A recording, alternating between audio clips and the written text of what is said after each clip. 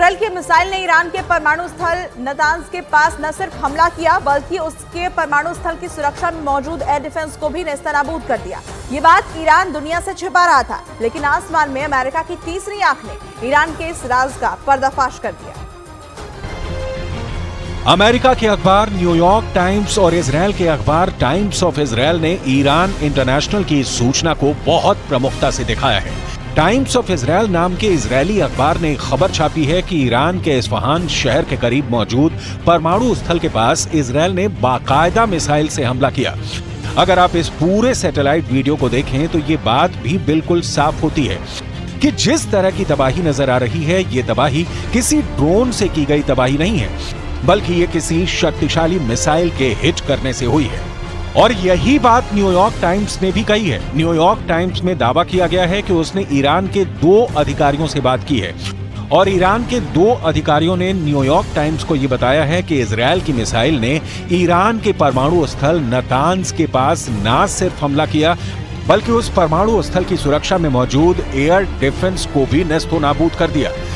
अब अगर New York times Iran में मौजूद अपने स्रोतों या अपने सूत्रों के मुताबिक इस खबर को पोस्ट कर रहा है तो इसका वीडियो भी ईरान से जुड़ा एक online media outlet Iran international जारी कर रहा है। तो इसका मतलब इस बात में दम है कि इजरायल ने ईरान पर सिर्फ ड्रोन से हमला नहीं किया बल्कि इजरायल ने मिसाइल से भी हमला किया है। लेकिन ईरान ने दुनिया के सामने ये बात छुपाई है। न्यूयॉर्क टाइम्स अखबार ने यह भी बताया है कि इजरायल ने ऐसी मिसाइल से हमला किया है कि ईरान का एयर डिफेंस हमले को झेल नहीं पाया, यानी एयर डिफेंस टूट गया। आगे हम आपको ये भी बताएंगे कि ये एयर डिफेंस किसका था और कैसे इजरायल के इस वार ने मॉस्को को भी हिला दिया है। लेकिन सबसे पहले हम बात करते हैं ईरान की। सबसे बड़ी बात यह है कि इजरायल ने इस हमले के बारे में अब तक कुछ भी नहीं कहा है।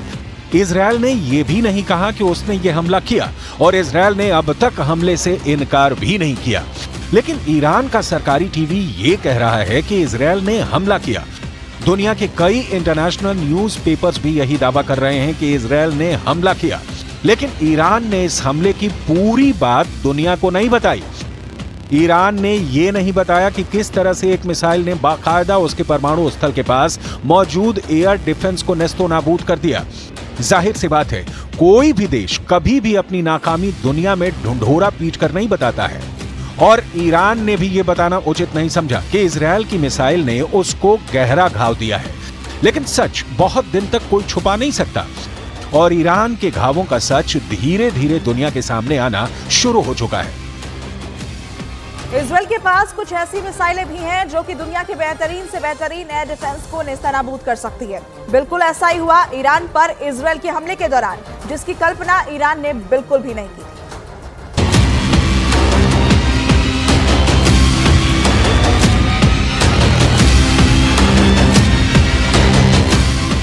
इजरायल के पास इस तरह की तकनीक है, ऐसा एयर डिफेंस है कि दुनिया की कोई भी मिसाइल इजरायल की जमीन को छू नहीं सकती है। दुश्मन की 90% से ज्यादा मिसाइल इजरायल का ये डिफेंस आसमान में ही तबाह कर देता है। लेकिन इजरायल के पास कुछ ऐसी मिसाइलें भी हैं जो कि दुनिया के बेहतरीन से बेहतरीन एयर डिफेंस को नेस्तनाबूद कर सकती हैं। बिल्कुल ऐसा ही हुआ ईरान पर इजरायल के हमले के दौरान। अब जरा दोबारा इसी सैटेलाइट तस्वीर को देखिए। न्यूयॉर्क टाइम्स अखबार का दावा है कि दरअसल इस वीडियो में जिस उपकरण को इजरायल की मिसाइल तबाह कर रही है वो रूस का एयर डिफेंस S-300 है। S-300 रूसी एयर डिफेंस की श्रृंखला का एक हिस्सा है और रूस अपने एयर डिफेंस पर गर्व करता है। रूस को लगता है कि उसके इस एयर डिफेंस को भेद पाना नामुमकिन है।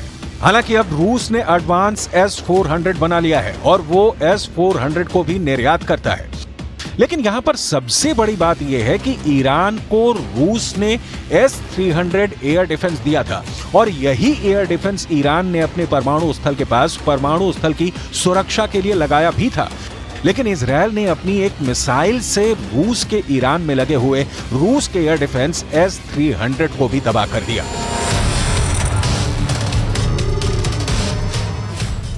इसका मतलब साफ है कि इजरायल ने ना सिर्फ ईरान को चुनौती दी बल्कि इजरायल ने पुतिन का भी अहंकार तोड़ दिया। इजरायल ने रूस के तकनीकी गर्व को भी धूल में मिला दिया। कई अखबारों ने दावा किया है कि इजरायल ने S-300 बैटरी के रडार सिस्टम को क्षतिग्रस्त किया है। सबसे बड़ी बात यह है कि इजरायल ने ईरान को यह चेतावनी दी है कि उसकी मिसाइल के पास ऐसी क्षमता है कि वो पल भर में ईरान के पूरे परमाणु कार्यक्रम को नष्ट कर सकता है, लेकिन इसके बावजूद भी उसने ईरान के परमाणु कार्यक्रम को नष्ट नहीं किया है। इजरायल ने इस बात का सबूत देने के लिए ईरान के परमाणु संयंत्र की सुरक्षा में लगे S-300 एयर डिफेंस को नष्ट कर दिया है। यानी इजरायल का संदेश यह है कि जब वो इजरायल ईरान के एयर डिफेंस को नष्ट कर सकता है, तो इजरायल के परमाणु संयंत्रों को नष्ट करना उसके लिए बच्चों का खेल है। सबसे बड़ी बात यह है कि जैसे इजरायल ने यह हमला किया, उसके बाद ईरान के राष्ट्रपति रईसी बिल्कुल खामोश हो गए।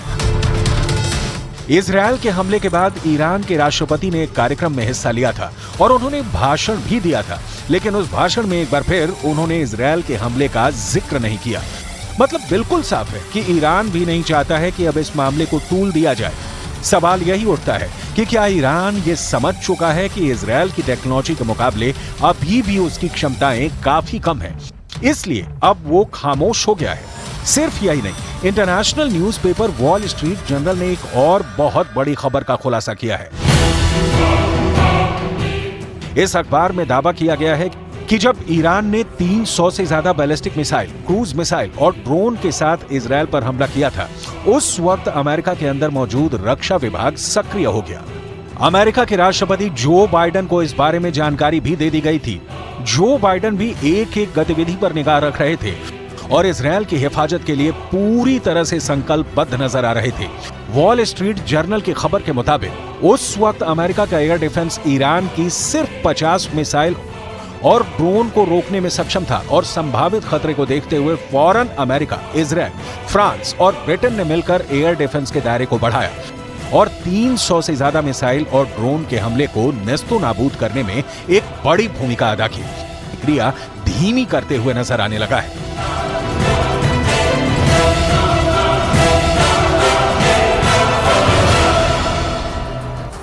अमेरिका ने इजरायल को हजारों की तादाद में गोला बारूद और मिसाइल देने की तैयारी कर ली है।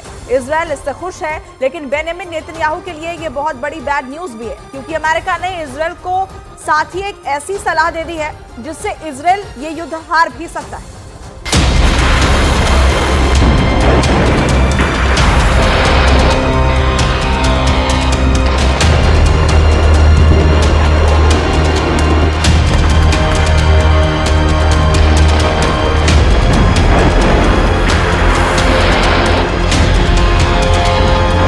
इजरायल अटैक मोड में है।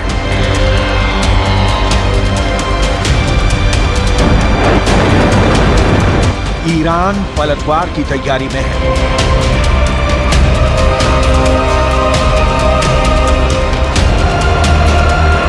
युद्ध का पूरा माहौल बना हुआ है।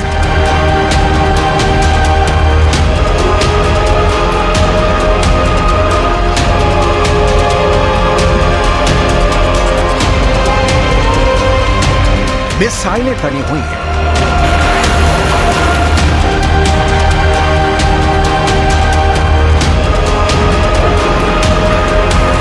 जंगी जेट रेडी है। फाइटर ड्रोन अटैक मोड में है।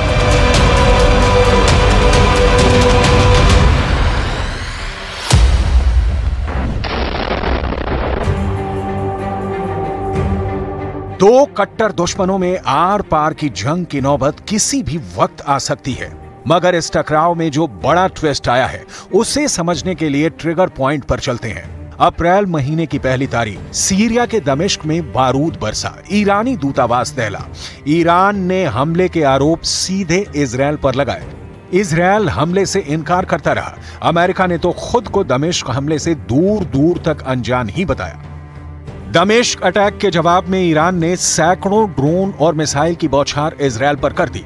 ईरानी हमले से अमेरिका ने इजरायल को कवर दिया। सुपर पावर के साथ नाटो कंट्री भी इजरायल के कवच बने। इसके बाद जब ईरान के शेखरी बेस को धुआं किया गया, तब भी अमेरिका ने हमले पर आधिकारिक बयान नहीं दिया। इजरायल की इराक स्ट्राइक से भी अमेरिका ने दूरी बना रखी है। इसके मायने क्या है? क्या युद्ध में इजरायल अकेले फंस गया है? क्योंकि अमेरिका तो फिलहाल किसी युद्ध में उलझने के लिए तैयार नहीं है। अमेरिकी डिफेंस फोर्सेस की सीक्रेट मीटिंग में क्या तय हुआ है? क्या इजरायल ईरान के टकराव से शुरू होने वाला महायुद्ध टल गया है? ये कहना तो मुश्किल है कि ईरान इजरायल शांति धारण करने वाले हैं, लेकिन अमेरिका इस बारूदी फसाद में फंसने से बच रहा है। ये दावा पूर्व अमेरिकी सैन्य अधिकारियों की रणनीति के आधार पर किया गया है, जिसके मुताबिक अमेरिका की सेनाएं मिडिल ईस्ट में बड़े युद्ध के लिए तैनात नहीं है। अगर संकट गहराता है तो पेंटागन को क्षेत्र में सैन्य जरूरतों के बारे में दोबारा विचार करना पड़ सकता है। डोनाल्ड ट्रंप के राष्ट्रपति कार्यकाल में मिडिल ईस्ट के उप सहायक रक्षा सचिव माइकल मुलरॉय ने एक बयान में कहा है कि मुझे नहीं लगता कि हमारे पास वो सभी ताकतें हैं जो हम इजरायल का समर्थन करना चाहेंगे अगर उनके और ईरान के बीच सीधा युद्ध होता है। माइकल मुलरॉय से अमेरिकी फोर्सेस के टॉप कमांडर की राय भी मिलती जुलती है। खाड़ी में अमेरिकी सेना की कमान संभालने वाले 4 स्टार जनरल जोसेफ वॉलेट मानते हैं कि अमेरिकी सेना को अपनी रणनीति पर फिर से विचार करना होगा कि क्षेत्र में हमें कौन सी आवश्यक टिकाऊ क्षमताएं बनाए रखनी है। बड़ी चिंता लंबे वक्त तक इलाके में बने रहने की हमारी क्षमता है।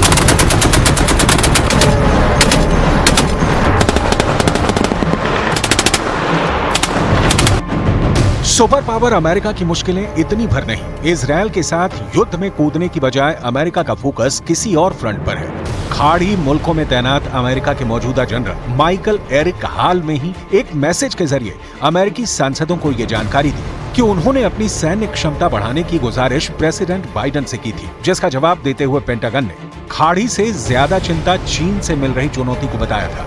मतलब ये कि इजरायल का साथ देने की बजाय मौजूदा वक्त में अमेरिका चीन से निपटने में जुटा है। इसके साथ अमेरिका की सबसे बड़ी कमजोरी का भी पर्दाफाश हुआ है। जनरल माइक एरिक ने लिखित रिपोर्ट में जानकारी दी कि एशिया महाद्वीप में अमेरिकी खुफिया नेटवर्क बेहद कमजोर हुआ है। सुपर पावर को एक्सपर्ट एजेंट नहीं मिल रहे हैं। अमेरिकी फोर्सेस को ट्रांसलेटर की भी किल्लत झेलनी पड़ रही है। युद्ध में अमेरिका को ये कमियां बहुत भारी पड़ सकती हैं।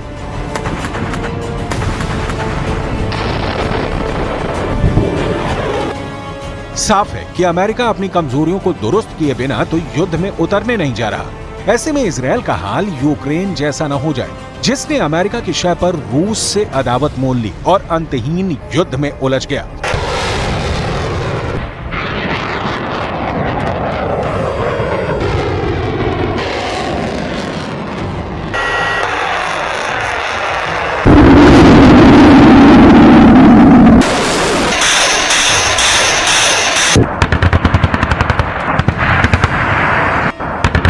अगर अमेरिका वॉर में नहीं आया तो इजरायल अकेले कितने दुश्मनों से भिड़ेगा, इसे समझना होगा। ईरान के पाले में अरब मुल्कों की पूरी ताकत जुटेगी, इसमें किसी को संदेह नहीं है। ईरान के साथ विद्रोही लड़ाकों की खोखार पलटन भी होगी। इजरायल के हमले से घायल ईरान पलटवार की तैयारी में है। अरब वर्ल्ड में ईरान का समर्थन भी बढ़ता जा रहा है। इराक, सीरिया, जॉर्डन, तुर्की जैसे इस्लामिक देश सीधे तौर पर ईरान को सपोर्ट करते हैं।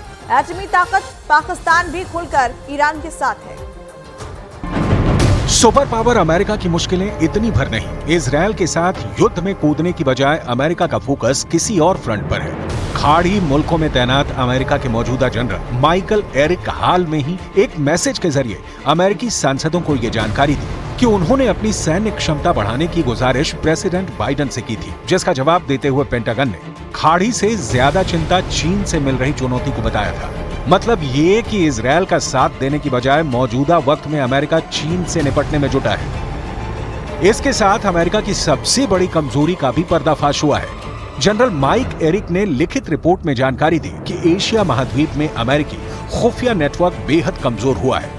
सुपर पावर को एक्सपर्ट एजेंट नहीं मिल रहे हैं। अमेरिकी फोर्सेस को ट्रांसलेटर की भी किल्लत झेलनी पड़ रही है। युद्ध में अमेरिका को ये कमियां बहुत भारी पड़ सकती हैं।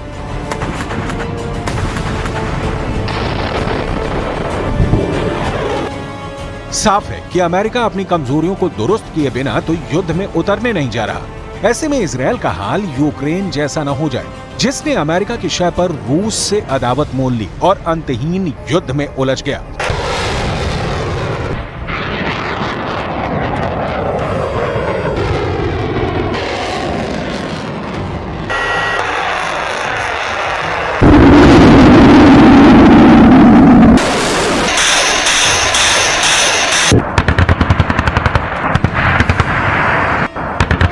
अगर अमेरिका वॉर में नहीं आया तो इजराइल अकेले कितने दुश्मनों से भिड़ेगा, इसे समझना होगा। ईरान के पाले में अरब मुल्कों की पूरी ताकत जुटेगी, इसमें किसी को संदेह नहीं है। ईरान के साथ विद्रोही लड़ाकों की खोखार पलटन भी होगी। ईरान को पर्दे के पीछे रहकर रूस का साथ भी मिल सकता है। पाकिस्तान और अफगानिस्तान के कट्टर आतंकी भी ईरान के लिए कुर्बानी देने के लिए तैयार बैठे हैं। अकेला इजराइल इन सबसे कैसे जंग लड़ पाएगा, कब तक लड़ पाएगा, कहना मुश्किल है। लेकिन अमेरिका सिर्फ चीन के खतरे भर को देखते हुए इजराइल को अकेले छोड़ रहा हो, ऐसा भी नहीं। अमेरिका लंबे अरसे से अपनी रणनीति पर काम कर रहा है। एक एक कर अमेरिका ने कई फ्रंट से छुटकारा पाया है। 5 मई 2018 अमेरिका ने दक्षिण कोरिया से अपने सैनिकों की संख्या कम करने का फैसला किया था। तब दक्षिण कोरिया में 28,500 अमेरिकी सैनिकों की तैनाती थी। डोनाल्ड ट्रंप के कार्यकाल में अमेरिका ने सोमालिया से अपनी फौज हटा ली थी। ISI के खिलाफ ऑपरेशन में लगे सुपर पावर के 700 सोल्जर वापस बुलाए गए थे। 2020 में इराक में मौजूद 5,000 जवानों में भी अमेरिका ने कमी की थी। अमेरिका ने 2021 में अफगानिस्तान से 3,000 सैनिकों की वतन वापसी करवाई। हाल ही में अमेरिका ने ऐलान किया कि वो नाइजर से अपने 1,000 सैनिक हटाएगा।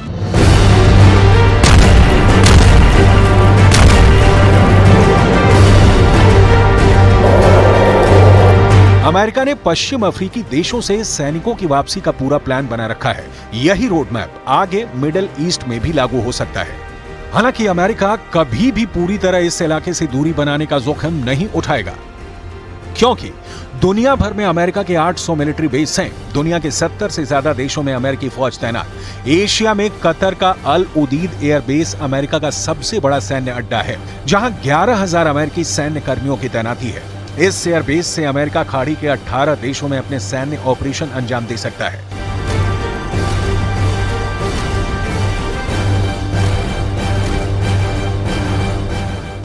मगर अमेरिका के लिए यही सैन्य तैनाती मुश्किल की भी वजह बनती है। खाड़ी में मौजूद तमाम आतंकी गुट इन अड्डों को आए दिन टारगेट बनाते हैं। अमेरिका को दुश्मन चुनने की जरूरत भी नहीं पड़ती, उससे दुश्मनी मोल लेने खुद ब खुद आ जाते हैं। ऐसे हालात में अमेरिका एक नए फ्रंट पर आर पार की जंग से बचने की रणनीति अपना रहा है। लेकिन इजराइल चाह कर भी युद्ध से अलग नहीं रह पाएगा, क्योंकि ईरान का गुस्सा 7वें आसमान पर है। इजराइल के हमले से घायल ईरान पलटवार की तैयारी में है। अरब वर्ल्ड में ईरान का समर्थन भी बढ़ता जा रहा है। इराक, सीरिया, जॉर्डन, तुर्की जैसे इस्लामिक देश सीधे तौर पर ईरान को सपोर्ट करते हैं। एटमी ताकत पाकिस्तान भी खुल